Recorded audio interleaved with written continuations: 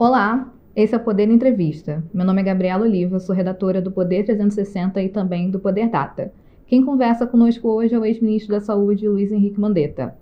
Muito obrigada pelo seu tempo, Mandetta. Eu que agradeço. E para começar a nossa entrevista, eu gostaria de falar um pouco sobre a situação da Covid no Brasil. O Brasil ele espera uma terceira onda da Covid e o que esperar dessa situação? Como ficaria o país?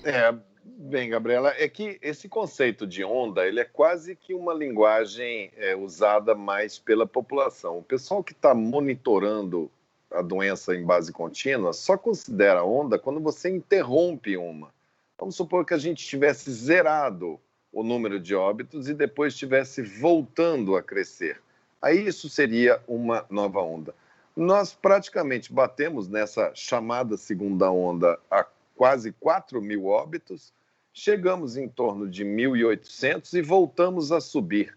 Quer dizer, ela é uma continuidade ainda desta segunda, como as pessoas chamam, que nunca teve também, nunca conseguiu zerar entre aquela primeira e a segunda.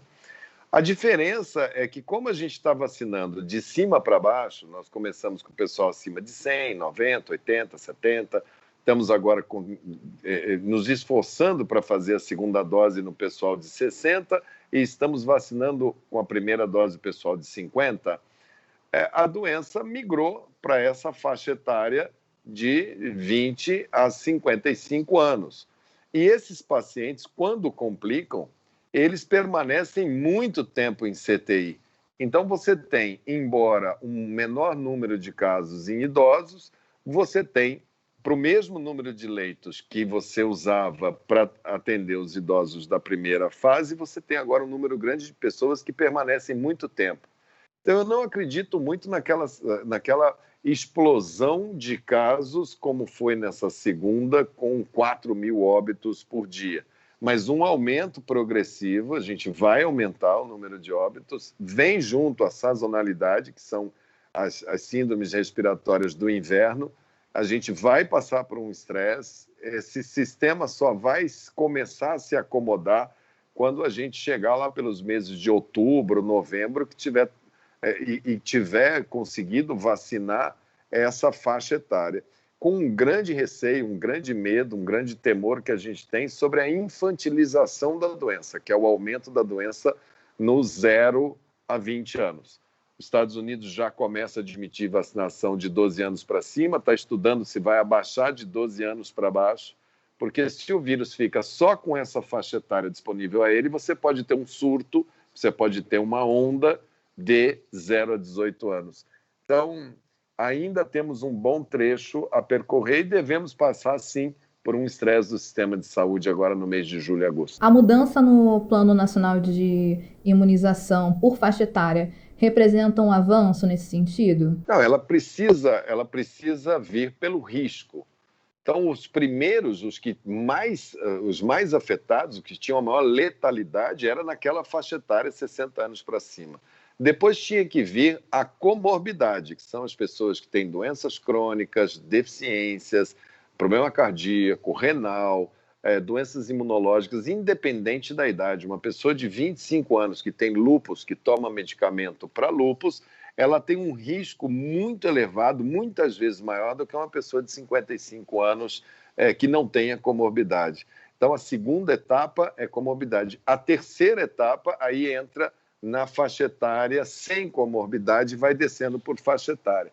Se tivéssemos em condições normais, nós estaríamos fazendo essa vacinação em paralelo, que é como a gente tem cultura de fazer. A gente chama as pessoas e fala, venham tomar a vacina da gripe. Então, elas vão todas, a vacina já está lá para fazer 80 milhões de doses em 30 dias, como a gente fez no ano passado. Agora não, fica essa coisa, hoje tem vacina, amanhã não tem vacina, é um pouquinho, vamos continuar, amanhã é 53, aí depois fica 3, 4, 5 dias, 53, 52. Ela é uma maneira, nós somos reféns a uma decisão equivocada que o Brasil tomou nessa época, o ano passado, ao não adquirir as vacinas, porque caso tivéssemos adquirido, estaríamos na mesma situação dos Estados Unidos, ou melhor, porque o nosso sistema de vacinação é melhor que o dele. Falando um pouquinho sobre essas decisões do governo em relação à pandemia. O Poder Data, que é a nossa divisão de pesquisas do Poder 360, tem feito avaliações frequentes a respeito da popularidade do presidente Jair Bolsonaro, do trabalho dele. A reprovação tem ficado consistentemente acima dos 50%. Como você avalia esse número e por que você acha que essa taxa tem ficado tão consistente acima dos 50%? Isso é fruto das ações e decisões que ele tomou e toma diariamente. Elas são sempre no sentido de mudar artificialmente a verdade dos fatos, criar factoides, criar crises para que ele seja a alternativa da crise. É carne aos leões todos os dias. Ele não para de tentar achar uma narrativa para essa tragédia. Então, as pessoas já estão vacinadas contra esse modo Bolsonaro de fazer política por rede social, dando carne para esses xiitas que ficam o dia inteiro ali repetindo e são seguidores fiéis. Então, ele está mantendo esse cercado de seguidores fiéis, porque o homem normal, o bom senso, a pessoa que quer trabalho, que quer ciência, que quer que a coisa ande, que quer que a economia volte e percebe claramente que as decisões deles são equivocadas, esse não o quer de volta, não quer mais escutá-lo. Quem tem mais de 50% de rejeição, e veja bem, é uma rejeição pelo que ele é. Se você perguntar qual é o motivo da rejeição, para muitos é inflação, mas o grosso das pessoas é pela falta de cuidado com as pessoas, é pela maneira bruta de tratar todo mundo, a imprensa, as mulheres, as minorias, o desdém que ele tem em cima das pessoas que faleceram de Covid. Então, todas essas frases, essas barbaridades, quando você faz uma pesquisa qualitativa, a população toda sabe. Falou que quem morrer não é para ficar de mimimi, que é uma gripezinha, que o brasileiro tem que ser estudado porque está no esgoto. Esse tipo de coisa já está devidamente precificado, já está devidamente debitado na sua maneira de ser e essa conta vai ser debitada nele, com certeza, nas eleições. O senhor falou um pouco sobre os erros do governo Bolsonaro em meio à condução da pandemia. Quais foram, se você poderia descrever, caracterizar, os maiores erros do governo em meio à pandemia? O primeiro erro é ele não ter escutado a equipe que ele pediu que se montasse. A equipe era uma equipe todinha feita de técnicos, todas as nossas ações baseadas na USP, na Unicamp, na UFRJ, na Universidade Federal de Pernambuco, na comunidade científica dos Estados Unidos, comunidade científica europeia, italiana, francesa, alemã, inglesa. Nós não estávamos ali com achismo, nós estávamos ali, olha, o que nós temos é isso aqui, são as evidências, cuidado. Quando ele começa a tomar as suas atitudes por causa de argumentações de pessoas de nível científico muito baixo, sem nenhum tipo de preocupação em checagem, e ele pega aquilo dali para fazer política, aquilo é um erro magistral. Para fazer aquele tipo de política tão baixa, ele não acharia gente da saúde, gente técnica da saúde, que quisesse fazer parte. Nem ele queria gente técnica, tanto que ele não aceita os técnicos que trabalham com ciência. Então, ele teve que fazer uma mudança, tentou o Taishi, que também falou para ele, não dá para fazer isso, aí colocou lá, fez uma intervenção militar no Ministério da Saúde, desastrosa, perdida, sem nenhum tipo de métrica lógica, nada, somente para ficar calado, para não ser ministro, enquanto aquelas teorias absurdas de tratamento precoce, de não vamos vacinar, de vamos fazer efeito rebanho, enquanto aquilo dali que era da cabeça e da lavra dessas pessoas que não têm profundidade científica, estavam acontecendo, negligenciando o que estava acontecendo nos hospitais no dia a dia das pessoas, a ponto de não adquirir vacinas. É uma coisa impensável, qualquer pessoa, mesmo uma pessoa que não seja da área, a maneira como o ser humano lidou com o vírus durante o século XX inteiro, as vacinas foram a maior arma de redução de mortalidade, de tudo que... Varíola foi extinta, pólio foi controlada no mundo com com vacina. Enquanto bactérias, nós tivemos como grande avanço os antibióticos, no caso dos vírus foram as vacinas. Então era óbvio que a saída seria pelas vacinas, o mundo inteiro sabia, todas as academias mundiais falavam vai ser via vacina.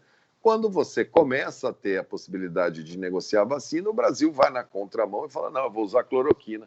Aquilo não tem a menor cabimento em nenhum lugar que tenha um mínimo de ciência, um mínimo de pessoas esclarecidas. Aquilo foi um erro monumental.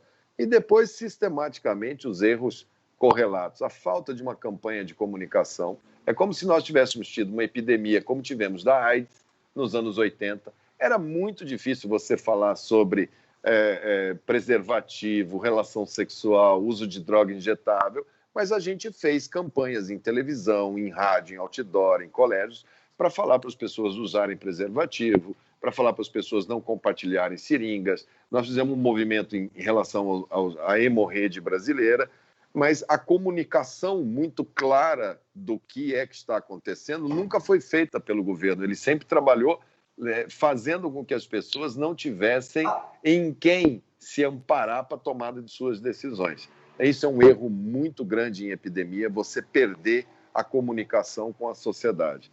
Depois, uma decisão política de acusar todos os governadores e todos os prefeitos pelas ações realizadas para enfrentar a pandemia, sob o argumento de que ele, entre a saúde, entre a vida e a economia, ele ficava com a economia. E que os governadores e prefeitos estavam atrapalhando a economia porque queriam salvar vidas. Isso é um erro absurdo, porque tanto ele errou que a economia está semi-paralisada, poderia já estar a plenos pulmões, se tivesse ido pela vacina, pela ciência. A gente já estava vacinado, a gente já estava abrindo, como a Inglaterra está abrindo, como os Estados Unidos está abrindo, como o mundo ocidental está abrindo. Então, uma cascata de erros, a falta de testagem, abandonaram a testagem, largaram os testes para apodrecer aí no depósito de São Paulo, não fizeram notas técnicas para a manipulação dos pacientes, romperam com a telemedicina para dar suporte ao CTI, enfim, aí vem um corolário de erros menores, mas os capitais que eu diria seriam esses: acabar com a equipe técnica e não adquirir vacinas. E como você avalia a sua passagem pelo Ministério da Saúde?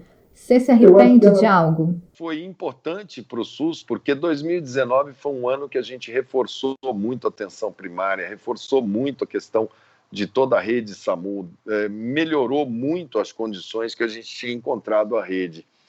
Foram passos muito importantes que melhoraram um pouco a performance do sistema em 2020. E na pandemia propriamente dita, eu acho que eu consegui, por um tempo, dar as informações, transmitir para as pessoas a gravidade do que estava pela frente, que foi o que permitiu que as famílias construíssem as suas linhas de defesa, que são construídas dentro das suas casas. Foi a sua mãe quem organizou na sua família como é que ia atender a sua avó, a sua tia, como é que ia organizar, como é que ia segurar o ímpeto do adolescente, como é que ia, pelo menos, tentar proteger o homem que tem que ir trabalhar, ou ela que tem que ir trabalhar, o uso do álcool, da máscara. Aquelas informações foram muito preciosas para que a primeira linha de defesa contra uma doença infecciosa pudesse ser construída pelas famílias. Depois, o passo seguinte, eu acho que foi uma preparação muito boa para aquela chamada primeira onda, como vocês chamam. Não faltou oxigênio, não faltou medicamento. Nós fizemos o recurso chegar e os estados fizeram, cada um a seu modo, dentro do seu planejamento, o aumento do número de leitos. Nós não tivemos morte por desassistência naquela chamada primeira onda, à exceção de Manaus, que não se preparou porque acreditou naquela teoria que lugar quente não teria doença. Mas, de uma maneira geral, a gente comportou bem nos meses de junho, julho e agosto do ano passado. A ponto dessa equipe inexperiente que assumiu, eu acho que eles acharam que a doença era daquele jeito e que não precisava fazer nada. Porque, na verdade, tudo tinha sido feito meses anteriores. Aí eles relaxaram, a doença fez o seu ciclo e eles deixaram e a doença explodiu. A falta de preparo para entrar na segunda onda, onde faltou oxigênio, faltou remédio, faltou médico, faltou leito, é fruto de que eles não tiveram que preparar a primeira. A primeira foi preparada por aquela minha equipe que estava no Ministério. Falando um pouco sobre essa questão do Pazuello, que recentemente foi a manifestação com Bolsonaro, o Exército decidiu não puni-lo. O Exército atribuiu o sigilo de 100 anos no processo sobre a ida do Pazuello em um ato com o Bolsonaro, em toda essa questão. Como o senhor avalia essa decisão e o impacto dela sobre a instituição militar? Eu tive uma curtíssima passagem no Exército Brasileiro. Os médicos, eles são convocados. Eu fui convocado como médico a servir o Exército. Logo que eu terminei a minha residência, minha especialização em ortopedia, eu servi 1 ano. Entrei lá como aspirante, fui promovido a tenente, saí como segundo tenente. E o pilar daquilo que eu vi lá dentro, da maneira como eles funcionam, o pilar lá é hierarquia e disciplina. Eles não têm outra fórmula para lidar com aquela quantidade enorme de homens armados, cada um dono da sua vontade, da sua maneira de raciocinar sobre diferentes temas, onde eles têm um código. Eu me lembro que eu cheguei lá e eles falaram, esse aqui é o regulamento. Até a maneira da fivela do cinto ser apertada está dentro do regulamento. O sapato, o número da calça, a fivela, tudo tem um regulamento. Se você sair desse regulamento, a estrelinha do seu ombro estiver torta, você pode ser punido por um ato de indisciplina. Eu imagino o que deve ter passado na cabeça desse alto comando, porque quanto mais alto é a patente, pior tem que ser, mais duro tem que ser o ato de correção da indisciplina, porque ela contamina tudo para baixo. Então, se um tenente faz um ato de indisciplina e não é punido, você contamina os sargentos, os cabos, os soldados e assim sucessivamente. Quando um general comete um ato de indisciplina, o alto comando tem que se manifestar. E isso deve ter sido para eles não terem se manifestado, para eles terem se calado, é porque alguma outra força muito grande se contrapôs a essa força natural de hierarquia e disciplina. E aí as especulações começam a existir. A especulação de que, se ele tivesse feito a punição, o presidente iria perdoar e o ministro do Exército teria que ser trocado. E o ministro da Defesa teria que ser trocado. Quer dizer, você teria uma outra crise militar. Se ele tivesse apenado o ato de indisciplina, poderia acontecer uma indisciplina maior, institucionalizada por aquele que se autodenomina chefe geral das Forças Armadas, que é, em natureza, um indisciplinado. Então, eu vi aquilo dali provavelmente como um osso duro que eles tiveram que engolir sem mastigar, tão engasgados com aquilo. Vão ter que, de alguma maneira, fazer a digestão daquilo, mantendo a disciplina. O que vem pela frente podem ser atos que tensionam agora para saber até onde vai essa negociação de disciplina e punição e devem estar passando agora por essa prova de olhar para dentro da caserna e procurar focos para segurar bem no começo, para não deixar que hajam outros atos. Porque, numa situação dessa, ele quebrou a regra de ouro de hierarquia e disciplina do Exército Brasileiro. Se eles vão conseguir segurar esse furo nesse dique, nessa Itaipu, né, tem um furinho ali na parede. Se eles vão conseguir tampar e segurar aquilo dali, é uma coisa. Se não conseguir, a Itaipu vai verter água por todos os lados, a represa vai abrir. Nós estamos numa situação em que há, sim, um risco institucional. Essa instituição armada brasileira, ela está sendo tensionada o tempo todo, ela está sendo exposta o tempo todo, ela entrou para dentro do governo, não sabe como administrar isso, e está passando pela sua maior prova de democracia, da sua história. É interessante que na última crise militar de grande porte, por general, ela foi do Silvio Frota, ainda no período do governo Geisel. Só que ela era do viés contrário. Era um presidente, que era o Geisel, bancando a reabertura, a anistia, e o Silvio Frota querendo acabar com a anistia, com a reabertura e endurecer as regras da ditadura. Então o Geisel foi lá e mandou ele para a reserva compulsoriamente. Agora é ao contrário.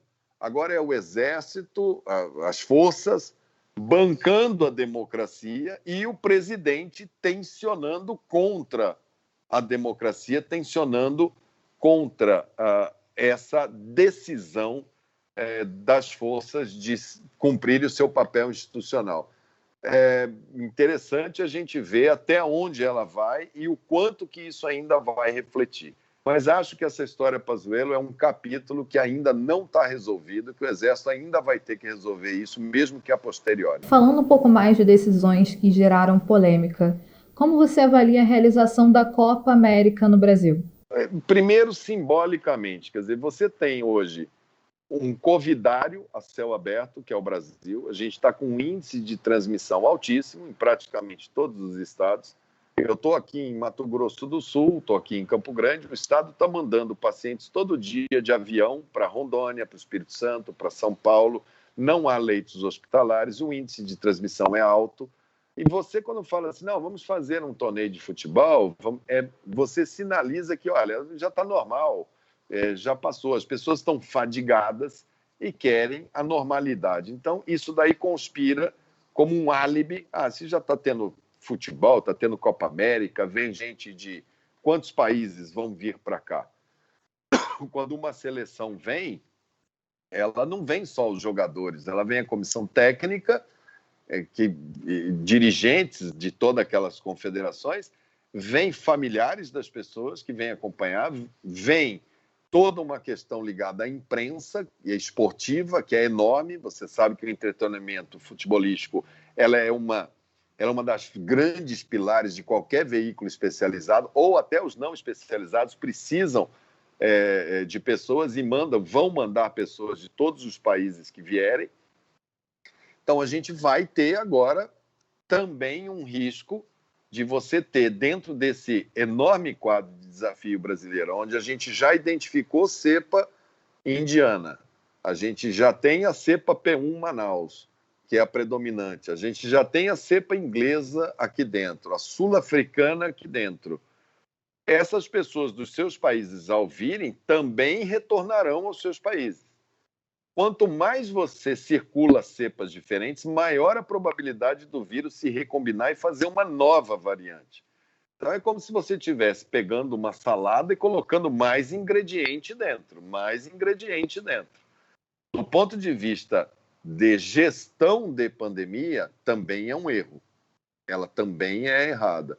Mas, simbolicamente, a parte assim de dizer estamos tendo um campeonato de futebol de seleções com jogadores que jogam na Europa, jogam na Inglaterra, jogam na Itália, jogam na França, jogam em qualquer lugar do mundo, jogam na China, Hoje o futebol ele é global, vão vir atletas de todos os continentes para cá e vão vir componentes de comunicação também de todo o mundo esportivo para cá.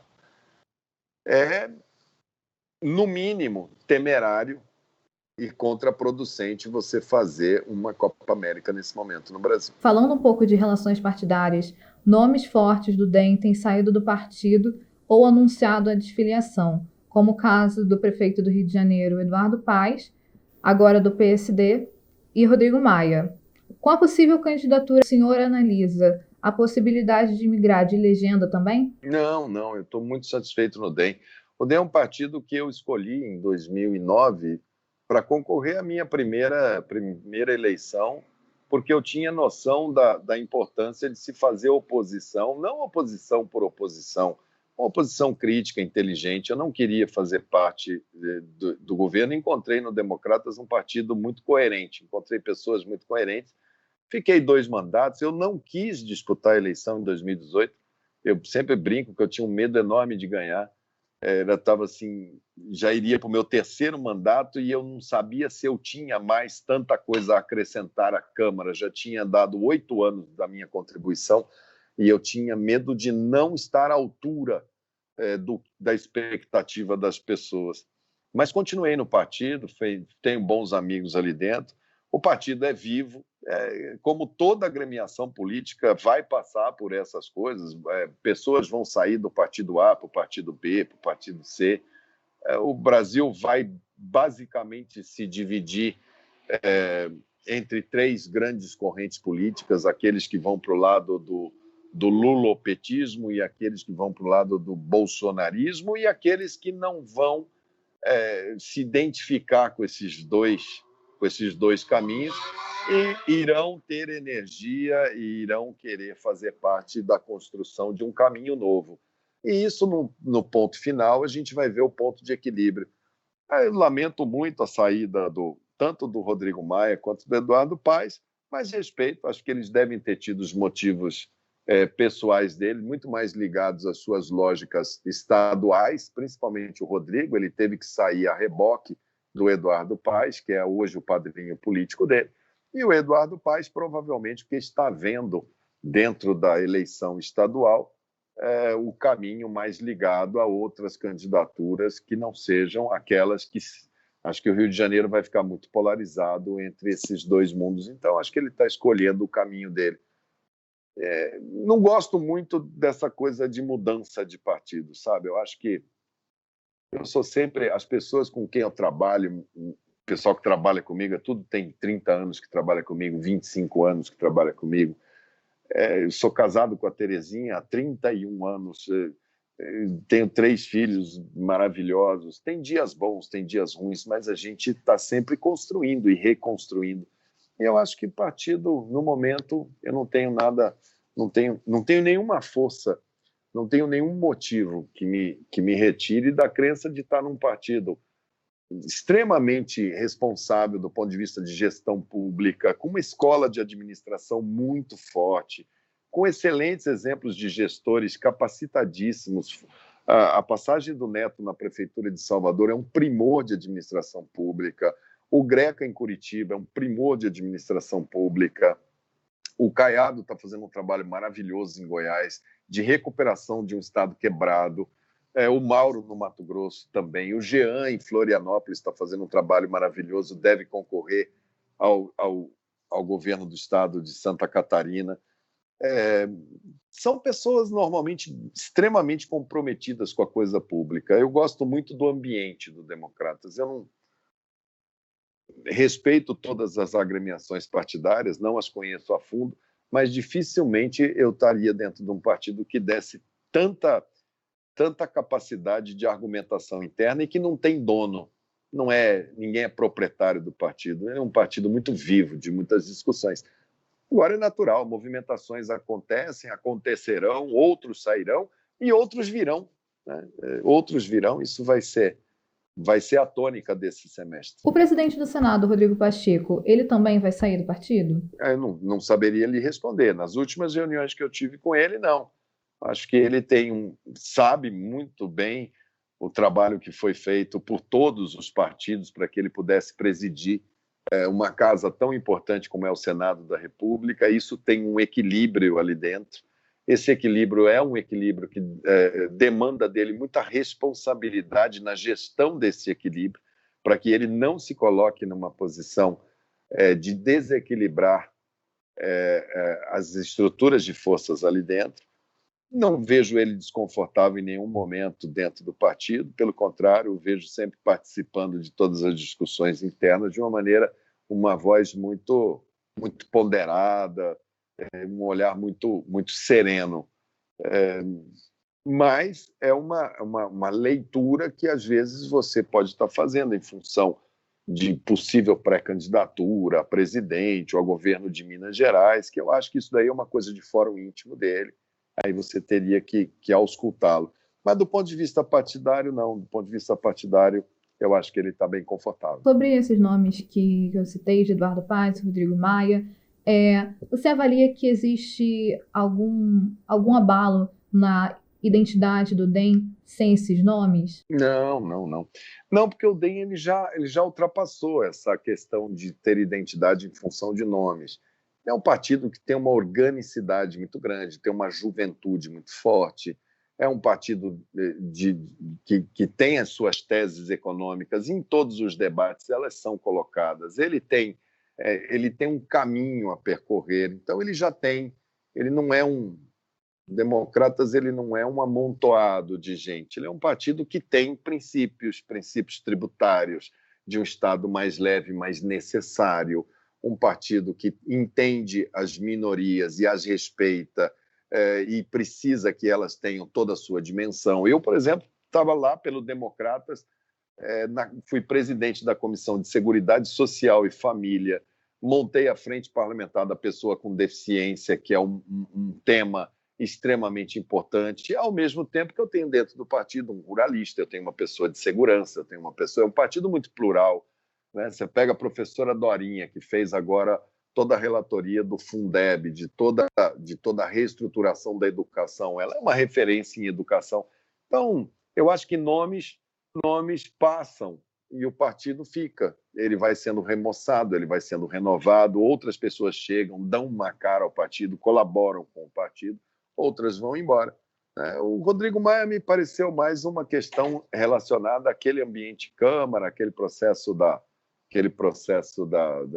eleitoral interno, que ele ficou numa situação política muito ruim ali dentro e apontou as suas baterias para dentro do partido, quando, na verdade, ali ele tinha que fazer uma análise de todo, do conjunto da obra e não somente do Democratas. Nesse novo momento, em que lideranças o DEM pode se sustentar?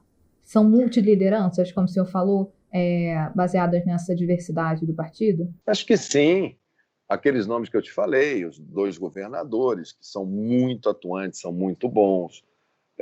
As prefeituras de capitais, que são prefeituras que têm muito reflexo nacional.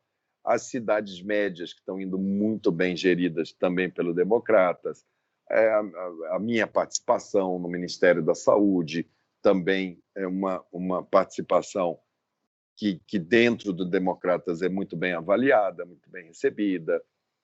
A presidência do Senado, ocupada pelo Rodrigo Pacheco, a então presidência do Senado do Davi Alcolumbre, a então presidência da Câmara por 5 anos do Rodrigo Maia, foi o Democratas que deu todas as condições para ele poder ser presidente da Câmara, algumas conquistas foram realizadas. Então, acho que o Democratas ele se apoia na sua história e nos seus quadros. Você acha que o partido ele deve estar mais ao centro ou mais à direita? Eu acho que essa convenção que as pessoas gostam de centro, direita, esquerda, ela é meramente acadêmica. Para as pessoas, isso não quer dizer absolutamente nada, nem direita, nem esquerda, nem centro. A gente tem que ser aquilo que a gente acredita. A gente acredita, sim, que a educação é a principal ferramenta para se pagar essa dívida social absurda que está aí. Se isso é verdade, se a gente acredita, nós vamos ter que ir igual uma pessoa sedenta vai em direção a um copo d'água. Nós temos que ir muito forte. Você pega a época que o ministro Mendonça Filho lá estava, que nós fizemos uma reforma do ensino médio, nós temos que acelerar, aprofundar e medir e levar essas pessoas para o ensino de período integral. Isso é ser de esquerda ou é ser de direita? Se a gente acredita, como eu digo sempre, que o SUS é o caminho para você dar cidadania, que o Pacto Federativo está vivo ali dentro, que ali é o observatório, é ali que estão as diferenças, é ali que a gente testemunha a morte maior de negros, é ali que a gente testemunha a violência contra a mulher, ali que a gente testemunha o abandono do idoso, ali que a gente testemunha a falta de alfabetização e a dificuldade para ler uma receita. Então, se a gente acredita no SUS, acredita na atenção primária, isso é ser de esquerda ou é ser de direita? Se a gente vai partir para fazer uma atenção primária de qualidade, como a gente estava começando a estruturar. Se a gente acredita que as pessoas não têm direito à terra e foram alocadas na terra, por que deixá-las em verdadeiros abandonos na terra? Então, se a gente acredita que precisa de assistência técnica, que precisa fazer a terra produzir, a todas essas pessoas que receberam um quinhão de terra, vamos atrás de dar condições deles possam fazer uma agricultura familiar saudável, que movimente a economia das cidades. Isso é ser de direita ou ser de esquerda? Se a gente acredita que não dá para ter um déficit público galopante, porque nós vamos largar dívida para os nossos filhos, netos e bisnetos, que já estão endividados até o pescoço, principalmente com políticas populistas que não trazem nenhum efeito de longo prazo, isso é ser de direita ou é ser de esquerda? Eu acho que nós temos que ser aquilo que nós acreditamos e sermos transparentes. Acreditamos nesse caminho aqui. E esse debate ele é muito fácil de ser feito, porque a gente tem não só esse caminho muito claro, como a gente tem a convicção política de que o caminho para fazer isso é o caminho de unir o país. O país só sai dessa crise que ele se meteu através de educação, mas principalmente através de pacificação, de união. Para você unir, você tem que estender a mão. O próximo presidente da República vai ter que ser presidente também dos bolsominions e também dos petistas mais radicais. E vai ter que pedir compreensão a eles para cicatrizar essa ferida. Do contrário, a gente vai ficar andando em círculo nessa Babel que se meteu no nosso país. Uma última pergunta sobre essa questão da saída do Eduardo Paes e também da desfiliação do Rodrigo Maia. Você avalia ser necessária uma reestruturação do partido para evitar perder mais gente? Não vejo do partido, não. Eu acho que o que o Brasil precisa é de uma reforma política. Porque isso que está acontecendo é fruto do que nós votamos ali atrás, do fim da coligação na proporcional, as cláusulas de barreira, isso tudo ajuda. Agora, nós precisamos amadurecimento político em todos os partidos. Daqui a pouco são pessoas que vão deixar o MDB para vir para o DEM. Daqui a pouco são pessoas do PSDB que vão deixar o PSDB para ir para o PSD, do PSD para o PT. Hoje, por exemplo, o PSOL, o Freixo anunciou que sai do PSOL para ir para o PSB. Amanhã é outro que sai de um partido para ir para outro, porque a fragilidade política do nosso sistema político traz disso. Eu não vejo o partido tendo que fazer nenhuma releitura. Eu vejo a sociedade brasileira tendo que fazer uma discussão mais profunda no Congresso para que esses campos políticos estejam mais claros, para que o eleitor consiga diferenciar quem é quem dentro desses campos políticos e vote sabendo em quem que ele está votando, por que ele está votando, e a pessoa tenha que dar retorno de coerência política. Isso, infelizmente, não é um problema do DEM, isso é um problema de vários momentos da democracia brasileira em que isso ocorreu. O DEM não tem, dentro da sua biografia contemporânea, dentro do período de democratização do país, nós tivemos problemas de releitura dentro do partido quando tivemos episódio como o do Arruda, em Brasília, em que ele foi convidado a sair não, foi retirado do partido. Demóstenes Torres foi retirado do partido, era do DEM. O DEM cortou na carne.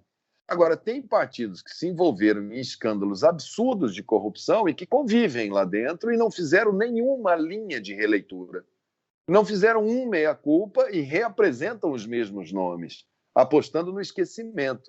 O DEM, eu acho que nesse ponto de releituras internas, ele tem feito o seu dever de casa. Agora vamos falar um pouco sobre as eleições. É impossível falar com o senhor sem falar sobre as eleições de 2022. Mandetta, você pretende se apresentar como candidato ao Planalto? A candidatura ela só é real quando você passa na convenção partidária, que vai ser no final do primeiro semestre do ano que vem. A gente está agora iniciando antecipadamente processos de pré-candidaturas, exatamente porque existe essa polarização provocada por dois polos que se nutrem dela. Então, um vai para a rua e começa a chamar o outro. Aí eles combinam. Então, esse final de semana vai você, no outro vai eu. Aí um fala, não, mas foi pouca gente no seu, tem que ir mais. Aí vai, foi pouca gente. Eles se nutrem. É ódio nutrindo ódio. E as pessoas sensatas, as pessoas que não querem, que estão vendo que isso não vai nos levar a canto nenhum, elas normalmente estariam agora preocupadas em discutir os problemas do país e organizar quais são as soluções possíveis para não fazer promessas vãs. O que pode ser feito? Até onde a gente pode ir com essa presença do Estado, do tamanho que está, e em que áreas que ele tem que aumentar e onde que ele não precisa existir. Isso era o que a gente deveria estar fazendo agora. Mas como existe essa polarização se nutrindo, esse parasitismo, onde um se nutre do outro, acaba fazendo com que a gente tenha que começar a antecipar essa questão de pré-candidaturas para poder existir. Eu sou contrário a pré-candidaturas. Já que vamos ter que existir, eu sou favorável a pré-alianças, para que os partidos façam essa discussão interna. Os nomes a gente vê no decorrer do tempo, mas que os partidos que já tiverem maturidade para saber que o caminho deles não é pelos extremos, não é pelos extremistas populistas, eu acho que esses partidos podem sim ir configurando uma pré-aliança e os nomes surgirão do debate, surgirão da boa prática, surgirão de vocês terem que saber. Mas esse Mandetta, o que ele pensa de economia, o que ele pensa de educação, o que ele pensa de esporte, de cultura, de lazer? Qual vai ser o papel da universidade num eventual governo?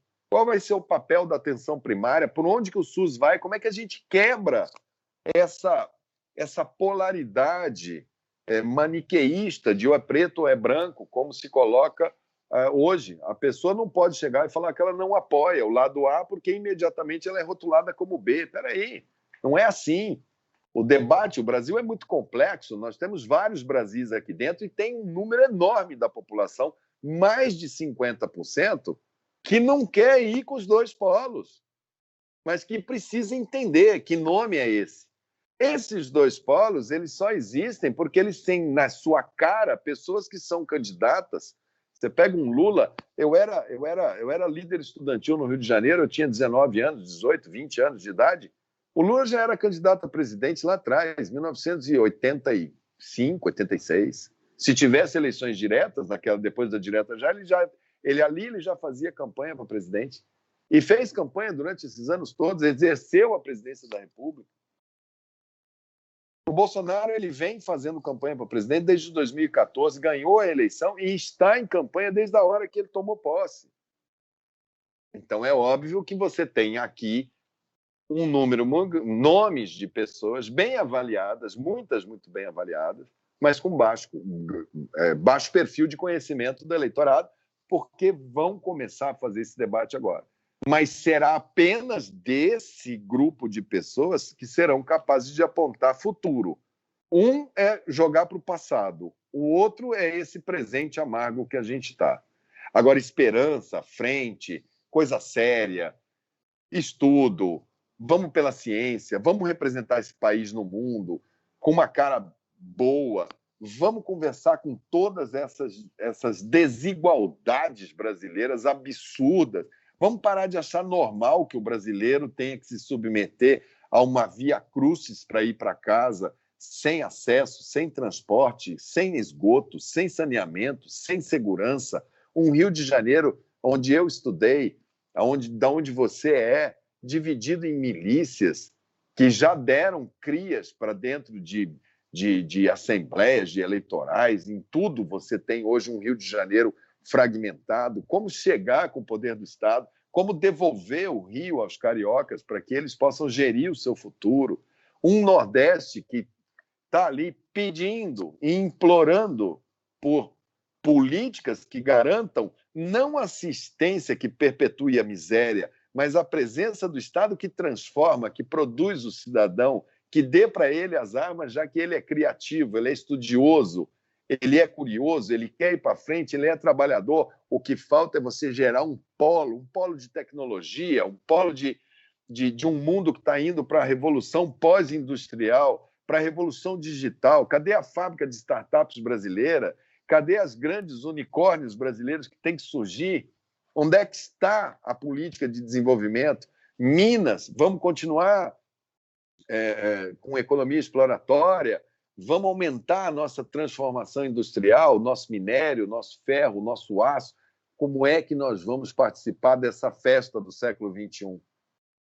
Ou nós vamos ficar aqui um país basicamente de commodities, exportando tudo que a gente pode exportar em produtos primários para pagar a tecnologia.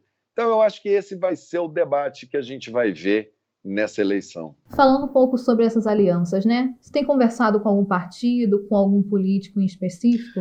Olha, Gabriela, se eu te falar das conversas e você ter que relatar todas essas conversas num papel, você vai queimar a Amazônia para fazer celulose, porque está todo mundo falando com todo mundo. A gente conversa, eu converso com o Ciro, eu converso com o Bruno Araújo, eu converso com o Kassab, eu converso com a Renata Abreu, eu converso com o Marcos Pereira, eu converso com o Paulinho da Força, eu converso com o Baleia, eu converso com o Temer, eu conversei com o Sarney, eu conversei com o Fernando Henrique, eu conversei, e aqui eu te falei os que eu lembrei de cabeça, fora os que eu não lembrei de cabeça e que converso. E todos eles a gente conversa para saber as impressões, quais são as impressões, que Brasil é esse, pega o pulso desse nosso paciente chamado Brasil, como é que está a pulsação, está frio, está quente, está com febre, está doente, está são, para onde que a gente vai, como é que a gente vai? Eu tenho feito para todos eles a minha colocação no sentido de não vamos fragmentar. O momento, mais do que nunca, é o momento de você ter união. Se for uma conversa que ela desemboque em fragmentação, a gente prefere dar tempo para que aquele espaço se convença e dar os elementos. E, com isso, as possíveis alianças, as possíveis entendimentos vão se formando. Alguns partidos amadurecem isso mais cedo. A gente acaba de fazer agora a qualitativa do DEM, a gente fez a reunião com os governadores, com os senadores, com os deputados federais. Agora vamos discutir com os deputados estaduais, com os vereadores. O partido é enorme, é o partido que mais cresceu nas últimas eleições municipais. As pessoas têm que se sentir partícipes disso, desse debate. Então, as conversas são gerais. Hoje não tem ninguém que não esteja conversando com o maior número possível de atores políticos. Você diria que o quadro do Brasil para as eleições de 2022, ele está polarizado? Existe chance para a terceira via? Eu acho que a chance da terceira via é enorme, e a solução está nela, porque basta que ela não fragmente. Você, quando olha, se você pegar e for somar essa terceira via, ela ultrapassa muito os dois. As pessoas não estão... o que você tem ali, você tem os radicais, e de um lado os saudosistas, além dos radicais, e de outro lado os fundamentalistas, além dos radicais. Eu acho que o brasileiro é um homem muito... O povo brasileiro, ele tem uma noção muito grande da sua responsabilidade na urna de 22.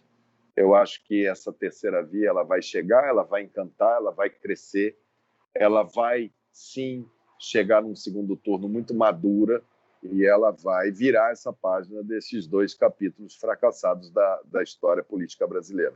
Você falou de radical. Quem seria essa terceira via radical e a terceira via mais fundamentalista, assim? Não, o que eu digo que radicais são esses dois, né? Esses dois polos são radicais. Essa terceira via é do bom senso, é da sensatez, é do estudo, é da disciplina, é da correção, é da transparência, é da boa gestão da coisa pública, é do trato com respeito, é você saber que você vai ser ouvida, você como cidadã, você que é uma pessoa da cultura. Você não pode sofrer nem a cultura que é feita para lhe aprisionar como política pública de aprisionamento, e nem aquele que faz a ausência da política pública de cultura porque tem medo da cultura. Mas a gente querer uma cultura viva, brasileira, respeitosa. Esse caminho do respeito, do diálogo, do crescimento junto, nenhum dos dois polos extremos que estão aí conseguem sinalizar para o cidadão como um brasileiro. Em um segundo turno, você considera apoiar algum nome já sondado, como João Dória, Luciano Huck, Ciro Gomes? Eu acho que primeiro esses nomes, Dória, Huck, Ciro, eu, Amoedo e quem mais vier, eu espero que a gente tenha a maturidade de estarmos todos juntos, né? De ter uma frente partidária ampla, mas estarmos todos juntos, cada um fazendo a sua parte, para que a gente consiga levar esse debate num nível muito bom. Se não for possível, se ela estiver fragmentada, é menos provável que ela consiga crescer 5 nomes, 6 nomes.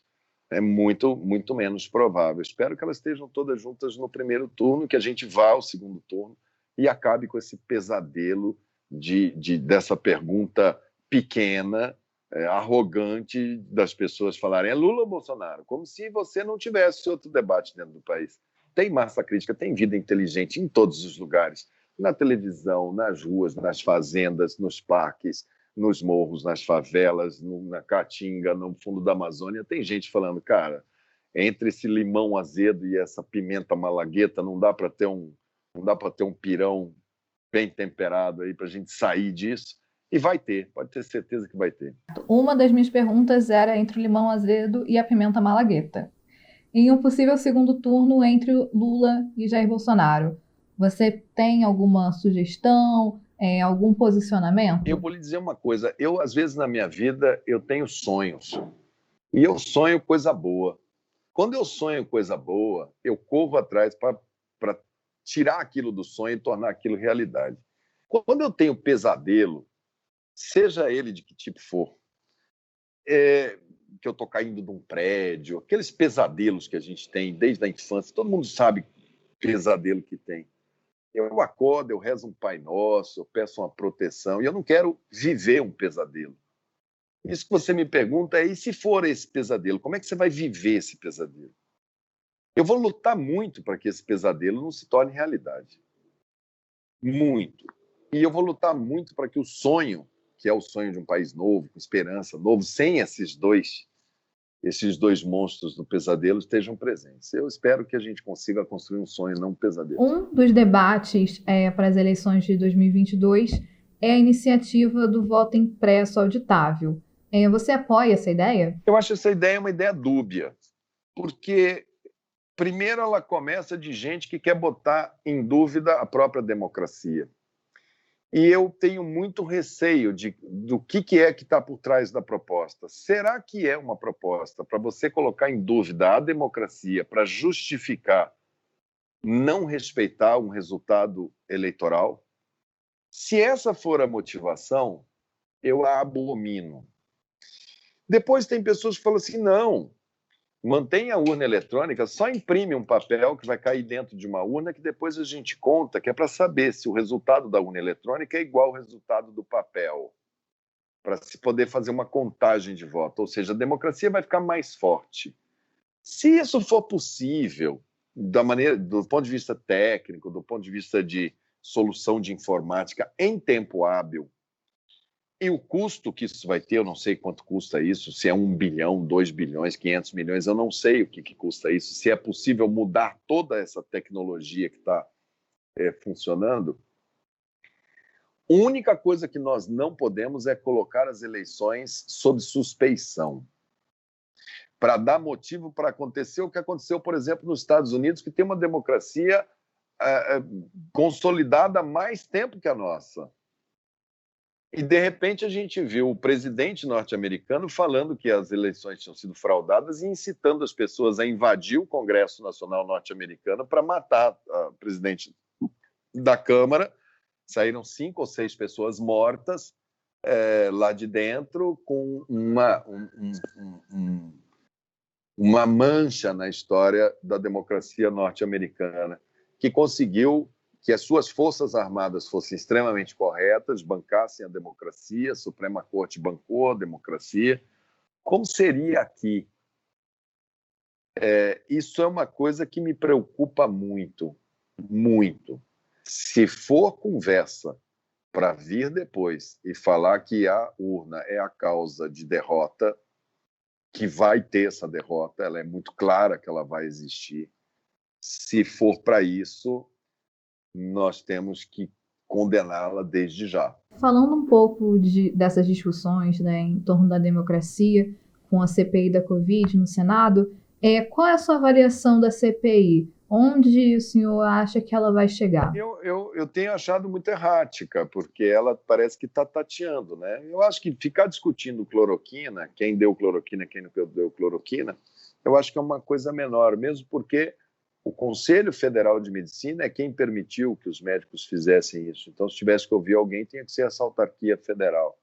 O governo gastou dinheiro com isso, está mais do que provado, não precisa perguntar para ninguém. Tem 40 vídeos por dia do presidente com caixa de cloroquina na mão. Acho que eles apagaram mais de 300 vídeos de apologia à cloroquina, deram dinheiro para todos esses influências, pessoas inclusive de veículos de comunicação, para poder gerar essa pseudo-verdade científica na boca de pessoas, não compraram as vacinas, enfim. Materialidade, ela é farta, né? Ela é muito farta. Agora, me parece um pouco errático, só me parece ser uma coisa. Outro dia estavam falando de vamos convocar o cara da CBF para falar de Copa América, quer dizer, uma coisa errática, ela tinha que ter mais o foco. Olha, o assunto é isso aqui, até aqui, onde é que está, o que aconteceu, como é que foi o uso, como é que foram as decisões. Eu acho que ela tinha que ser mais pragmática. Se ela começar a andar muito erraticamente, ela não vai cumprir os seus prazos, vai terminar com um relatório inadequado. Eu fui parlamentar 8 anos, eu nunca gostei de CPI. Eu não tenho essa verve de investigador, sabe, de inquisidor, não tenho. Mas acho que a gente deveria fazê-la no término da doença e não no meio. Mas já que estão fazendo agora, que pelo menos tenham foco para saber aonde começar, onde ir e onde terminar. Vamos aguardar, não tem como saber. E como você avalia o peso do seu depoimento na CPI da Covid? Olha, nada do que eu tenha dito ali foi novidade. Eu já tenho dito aquilo em todos os veículos. Eu escrevi um livro onde eu relato todo esse bastidor, tudo que está ali. Eu acho que ele foi um bom ponto de partida para eles, porque o que eu fiz ali dentro foi tão transparente, tão aberto, tão documentado, tão tudo, que eu simplesmente disse aquilo que eu tinha feito e o que eu tinha observado da reação das pessoas naquele primeiro terço da pandemia. Depois eles teriam que ter dado continuidade tentando organizar um pensamento. Eu dei ali vários elementos de que, olha, formou-se um gabinete paralelo que perpetuou durante toda a pandemia. Agora, com o fim da história da cloroquina, que eles começaram a apagar vídeo, começaram a falar nunca eu sugeri o uso disso, é que ele foi se desfazendo. Mas ele tem os personagens todos lá. Eu acho que eles têm que focar, analisar. Eu acho que o meu depoimento pode ter colaborado como um primeiro depoimento pela franqueza, pela abertura, por todas as perguntas respondidas. Enfim, eu acho que por esse caminho, eu acho que ela pode ter acrescentado. Depois eu vi gente pedindo habeas corpus para ter o direito de mentir. Aí fica difícil.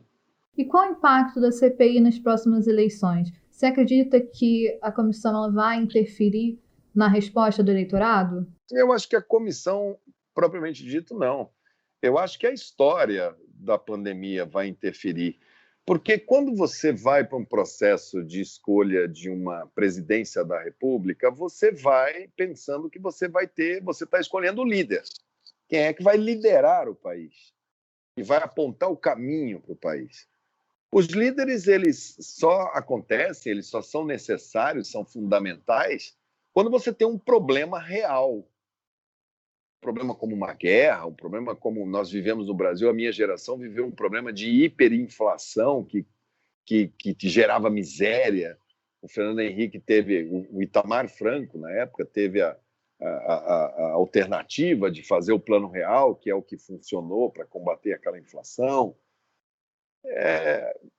Juscelino, que apontou a abertura do centro-oeste brasileiro, a construção de Brasília, sair do litoral, deixar de ser pequeno, ser um país continental, abrir o cerrado. Nós temos alguns marcos de líderes.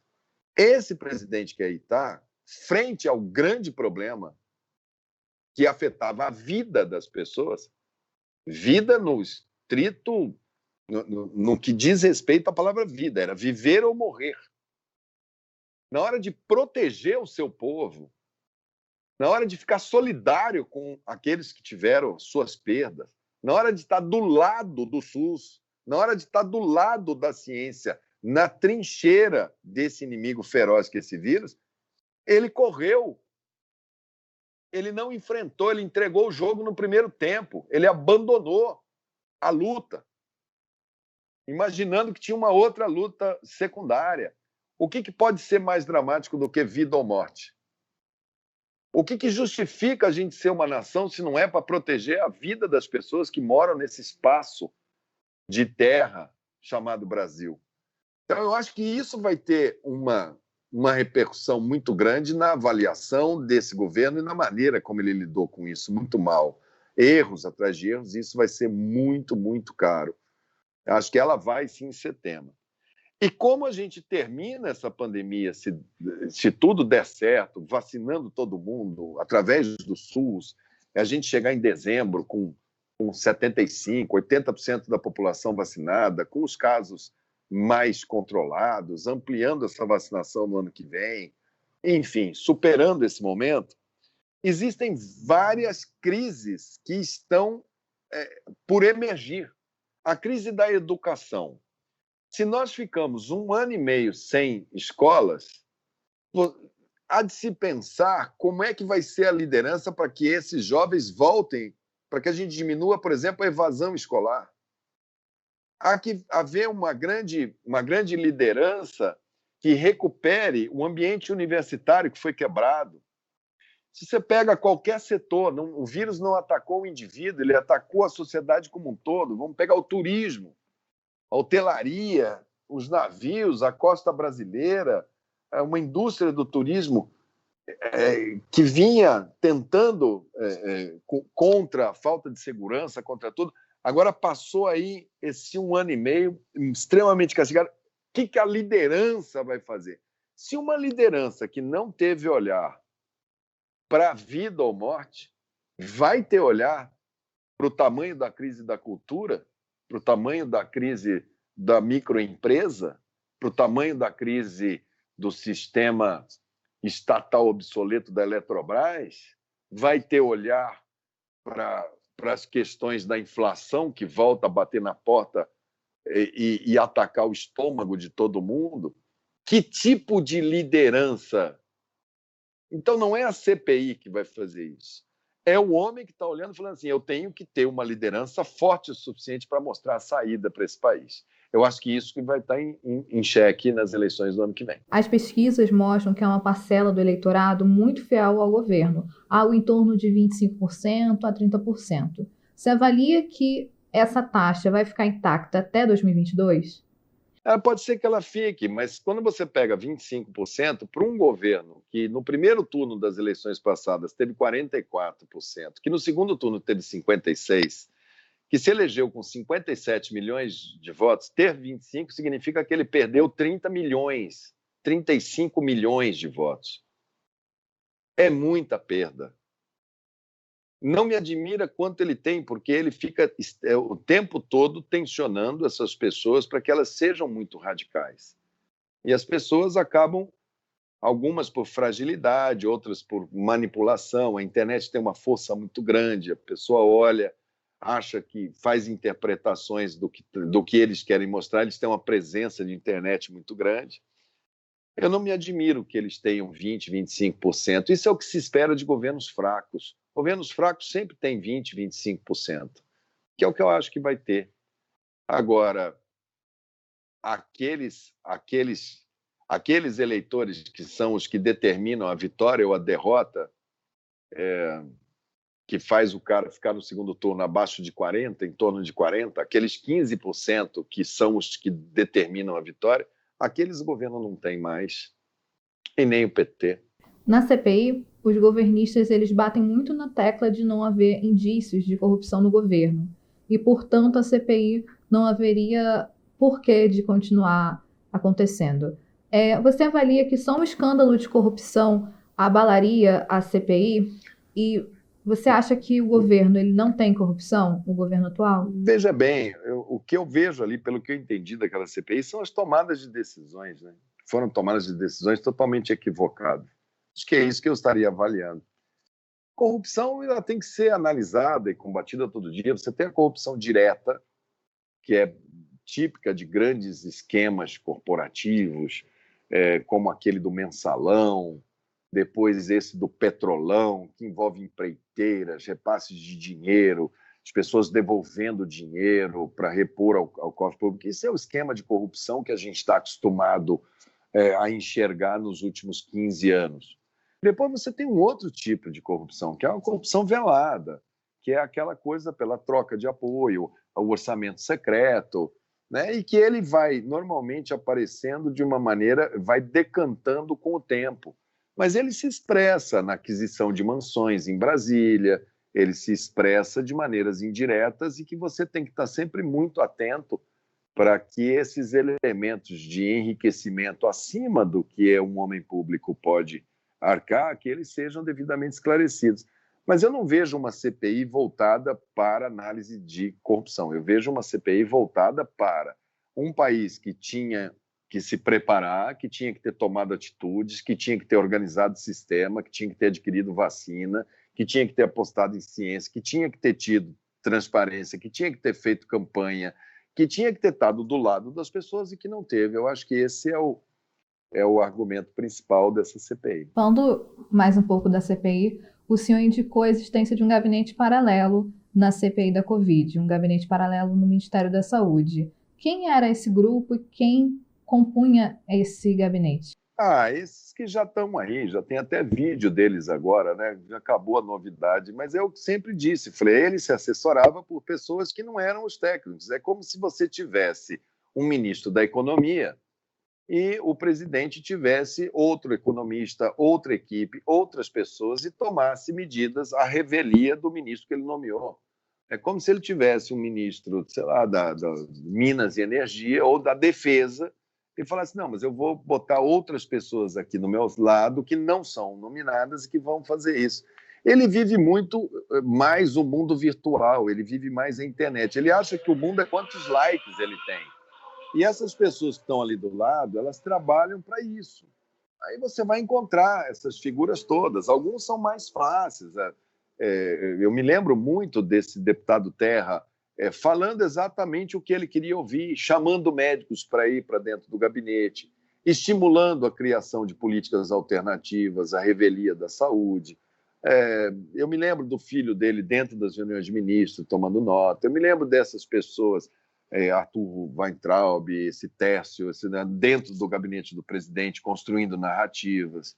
Era eles mesmos falam, nós fizemos mesmo, nós procuramos. Isso é um fato público. Essas pessoas são públicas.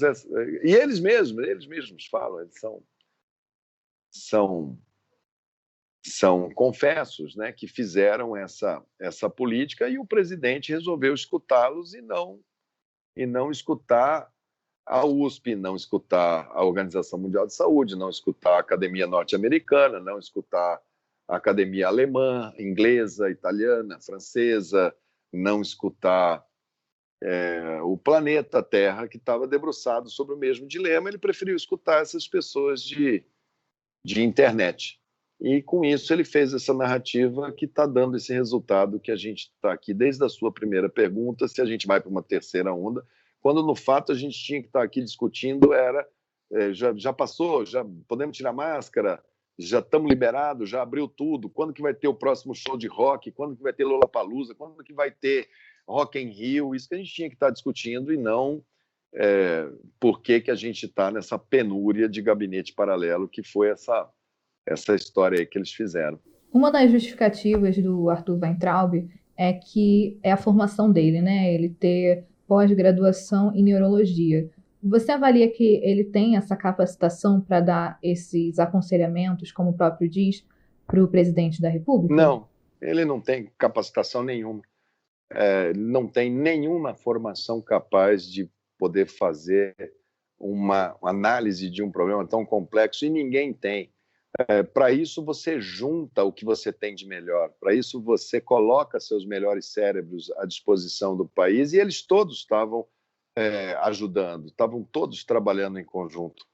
Não existe, ele não tem formação para isso, a pessoa mais perigosa que tem é a que acha que tem. Esse é o mais perigoso, porque quanto mais humilde, não sabemos, é uma doença nova, é um vírus novo, você tem que voltar para Hipócrates. Primeiro, você não pode ser mais nocivo do que a situação que trouxe o doente até você. Ali era o princípio da cautela que tinha que ter. A medicina ela não é uma ciência, ela é uma arte. Ela é um ramo da filosofia. Essa pessoa não tem nenhuma formação para entender o alcance que é você lidar com vida, com impressão, com humor, com reações. Nada, zero, zero, zero à esquerda. O próprio Arthur também falou em uma entrevista essa semana, se não me engano, no Os Pingos nos Is, que ele levava essas pesquisas tanto a favor do tratamento precoce, mas também pesquisas que eram contra o tratamento precoce. O senhor sabe se isso procede, se tinha esse contraponto dentro do gabinete paralelo? Não, isso daí parece os cegos no castelo, né? Não tem, não tem fundamento isso que ele está falando, porque ele não tem informação, ele não tem equipe para isso. Hoje, a gente, quando está no consultório, eu vejo muito esse perfil de paciente como ele. Às vezes a pessoa chega e fala assim, eu dei um Google e eu pesquisei aqui, que o senhor falou dessa situação aqui do meu joanete, e eu pesquisei, eu vi no Google, eu vi que faz isso, faz aquilo, fica bom, fica ruim. Hoje em dia, todo mundo se arvora a dar um Google e se vestir em cima do Google de profundo conhecedor. Não é assim. A vida não é feita de ciência não é feita de achismo. Eu acho que é assim. Na minha opinião, eu sou médico e trato o paciente, eu acho que ele melhorou. Não é assim. E isso não é feito por verdade única, isso tem pesos, contrapesos, tem maneiras. Existem estudos, aprendizado, que você aprende como ler um artigo científico. Você aprende a ler, não é nem o que está ali no conteúdo, é saber por que aquele estudo está enviesado. As revistas mais qualificadas, elas têm um board, se você olhar do lado, que são pessoas que são muito bem pagas para lerem e apontarem erros, incoerências, às vezes uma vírgula, uma entrelinha, uma palavra mal colocada, ela leva o leitor leigo ao erro, ela induz ao erro. É muito difícil ler, é muito difícil aprender. E você não tem ninguém capaz de falar assim, deixa que eu vou dar os Googles, vou arrumar aqui os artigos e vou levar, ainda mais para discutir com uma pessoa que é hipossuficiente em questão do assunto. É como se alguém pegasse artigo e sentasse comigo para me explicar a corrida a Marte. Eu não tenho elementos, eu sou hipossuficiente, eu posso cair claramente em qualquer versão que me derem, porque eu não tenho fundamentos para aquilo. Isso é um erro, isso é de uma pequenez muito grande para um país que tem uma UNB, que tem uma USP, que tem... Se fôssemos um deserto de cérebros totais e que não tivéssemos... Agora, você falar, você levar, assessorar um presidente para levar para ele o que ele quer ouvir, para falar, pode falar isso, que você não está errado, não. Pode falar que vai dar certo. O que você quer? Eu quero falar que eu estou fazendo alguma coisa, quero tirar o Ministério da Saúde dessa conversa, quero alguma coisa para dar para as pessoas, para elas acreditarem nisso aqui, irem trabalhar e parar de mimimi. É só uma gripezinha. Vamos fazer imunidade de rebanho. Aí o cara vem e fala, tem isso, tem isso, tem isso, e traz ainda consigo aqueles elementos também que são que são revestidos de alguma autoridade. Aí é uma presa muito fácil, é um presidente muito frágil, é uma assessoria muito ruim, é um entorno que permite que o presidente seja exposto àquele tipo de reunião sem pé nem cabeça, sem fundamento. Então chama. Fico imaginando se estivéssemos numa guerra, você tendo o IME, você tendo o ITA, se ele chamaria um cara curioso para falar como é que monta um foguete aqui. É errado, o entorno está errado, a maneira de governar está errada, a maneira de escutar está errada, a maneira de tomar decisões mal amparado, e decisões que são dramáticas para as pessoas da ponta. é isso que vai ser a avaliação dessa história toda. Em um ofício encaminhado à CPI da Covid, o ministro da Defesa, Walter Braga Neto, afirmou que o laboratório do Exército atendeu uma demanda do Ministério da Saúde para a fabricação da cloroquina e hidroxicloroquina em março de 2020. À época, o senhor comandava a pasta. Como isso ocorreu? Como foi esse processo? Olha, esse medicamento cloroquina, naquele início, a Organização Mundial de Saúde ela falava para uso compassivo. O que é? Até para as pessoas entenderem. Você tem substâncias que, quando você coloca na presença do vírus, o vírus morre. Na plaquinha, dentro do laboratório. Isso não quer dizer que no teu organismo, no meu organismo, ela vai funcionar. Se eu botar água sanitária, se eu botar hipoclorito no vidro, provavelmente o vírus vai morrer. Eu não vou beber água sanitária. Então, algumas substâncias têm a capacidade de inibir o vírus no vidro, mas não têm capacidade de inibir no organismo. Na época, estavam procurando, porque quando tem uma doença nova, você procura os remédios que você já tem na prateleira. E você vai testando, principalmente nos pacientes graves. Você fala, eu vou fazer como último recurso. A palavra compassivo é por compaixão, eu vou tentar alguma coisa. Então, logo em março, eu falei, ok, no Brasil, consultei o Conselho Federal, a USP, todo o entorno, vamos autorizar para o uso intra-hospitalar, para os casos moderados e graves, como compassivo. Quando você faz isso, você tem que abastecer, porque os hospitais não têm na sua farmácia, na sua farmacopeia, eles vão pedir os comprimidos para poder colocar lá. Esses comprimidos eles são usados para malária, que todo ano nós temos muitos casos de malária, e de tempos em tempos nós temos epidemias de malária. Esse comprimido de cloroquina é usado também para lúpus eritematoso sistêmico. Então, se você autoriza para uso intra-hospitalar, frente a uma epidemia que você vai colocar muita gente para dentro do hospital e vai demandar desse medicamento, você coloca o medicamento em reserva para malária, para lúpus e acrescenta para o hospital. Isso é o bom senso, senão você vai consumir para uma coisa e para outra. O que eles não colocam, e que aí é que está a má-fé, porque é o que eu digo sempre, é a versão para trazer e colocam na internet, foi ele que pediu.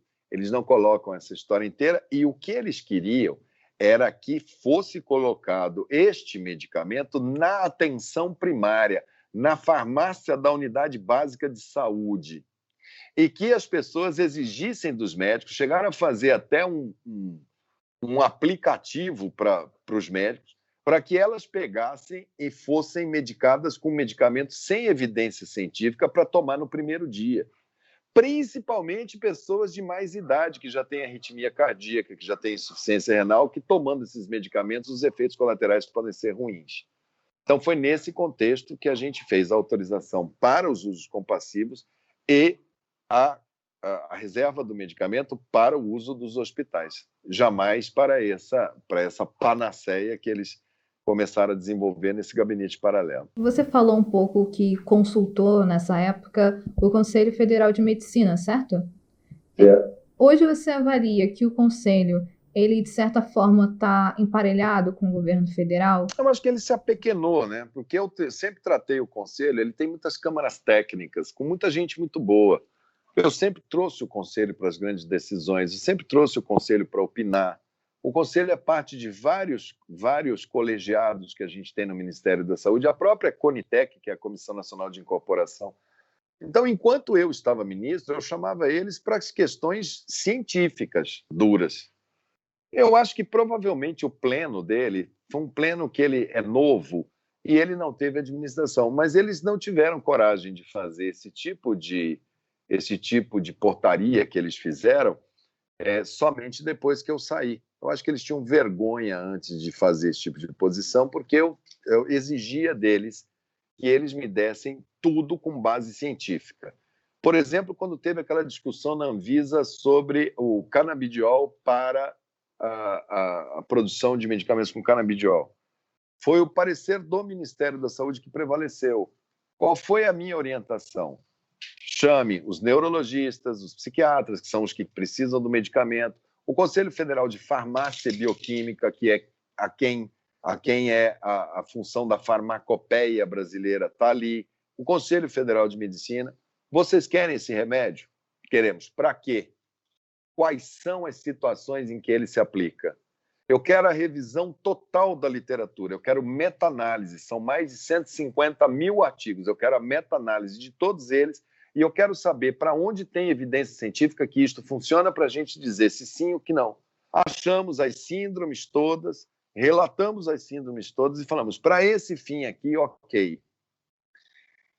O Conselho está acostumado, eles sabem que eu sou uma pessoa muito pautada pelo que é preto no branco, muito cartesiano, muito de ter que ter fundamento no que fala e no que faz.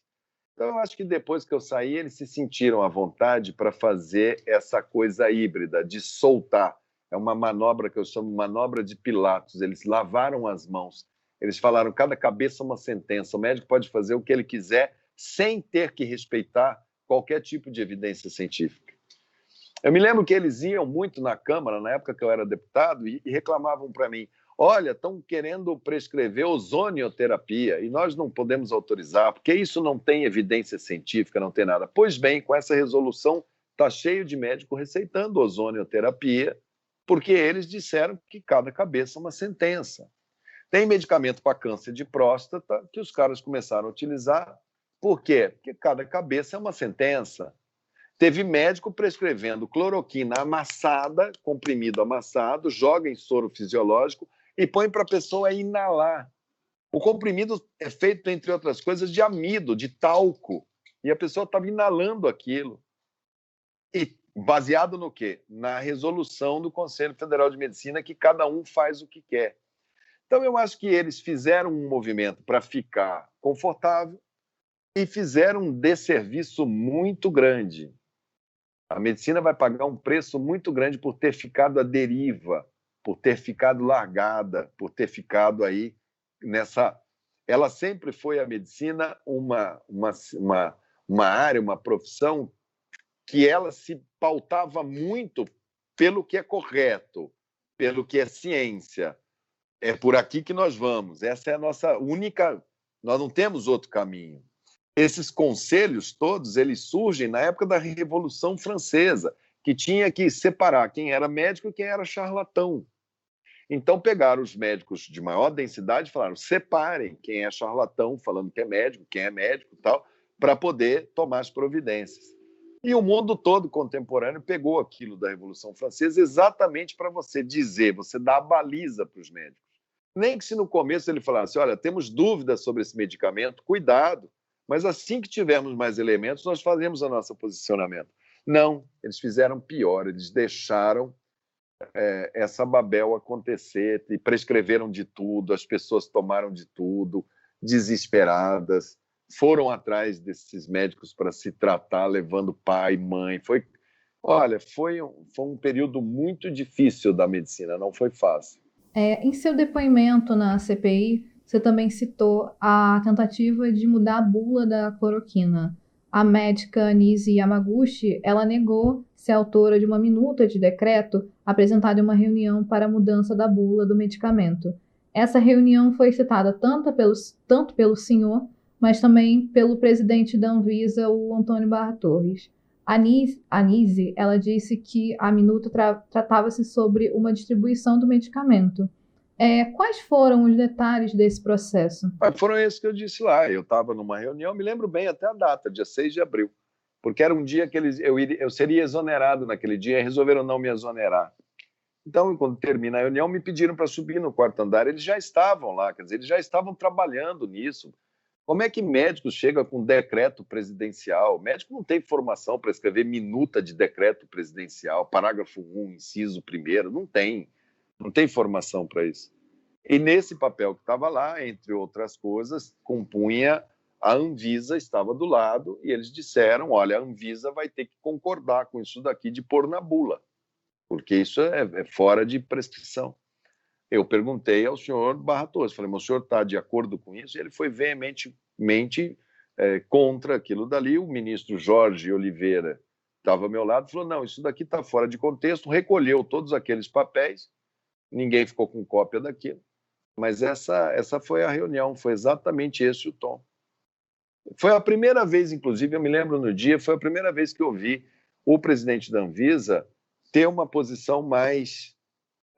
Na época eu estava muito desconfortável com ele, porque ele ia naquelas manifestações, ele ia lá atrás do presidente, ele acabava dando para o presidente esse álibi de dizer que tinha um apoio dentro da Anvisa, da saúde, né? E eu achei que ele foi muito, muito firme ali dentro. Eu não conhecia essa médica. Talvez se ela tivesse ido no meu gabinete, se apresentasse, falado, olha, eu quero ajudar, eu sou fulano de tal, meu negócio é isso. Não conhecia, perguntei o nome dela, perguntei qual era a formação.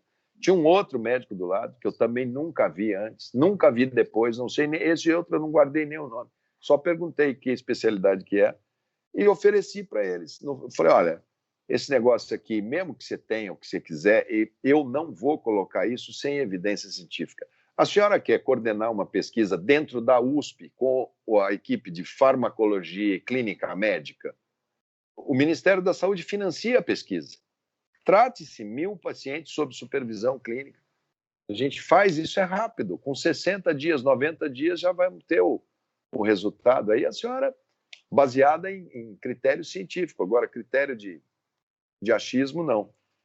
E como aquilo não ia sair daquilo, eu disse, olha, o Ministério da Saúde está lá, eu tenho muito o que fazer, eu tenho que continuar trabalhando, minha equipe estava achando que eu ia ser exonerado, eu tenho que voltar lá. Eu voltei para o Ministério aquele dia, nós trabalhamos até 2 horas da manhã para poder repor o que não tinham trabalhado à tarde, eu fiquei muito irritado com eles, porque não era para parar de trabalhar, e eu nem lembrava disso. Aí, quando eu escrevi o livro, eu relatei isso, e depois, naquele dia lá, eu disse, olha, isso aconteceu. E depois o presidente da Anvisa confirmou. E estavam vários lá, não estava só o Jorge, não, estava o ministro Braga Neto, estavam outras pessoas, tinham umas pessoas fardadas também. Não sei se é uma reunião que tivesse tido algum tipo de registro dos presentes, mas aconteceu. Olha, essa foi a última pergunta. Muito obrigada pelo tempo, obrigada pela paciência. A gente está aqui marcando quase 1h30 de entrevista. Eu estou vendo, Gabriela, você judiou de mim, hein? Olha, muito obrigada, tá? Falou, amiga. E muito obrigada a você que assistiu esse vídeo. Curta, se inscreva no canal e ative as notificações para receber todas as novidades do Poder 360. Meu nome é Gabriela Oliva e até a próxima!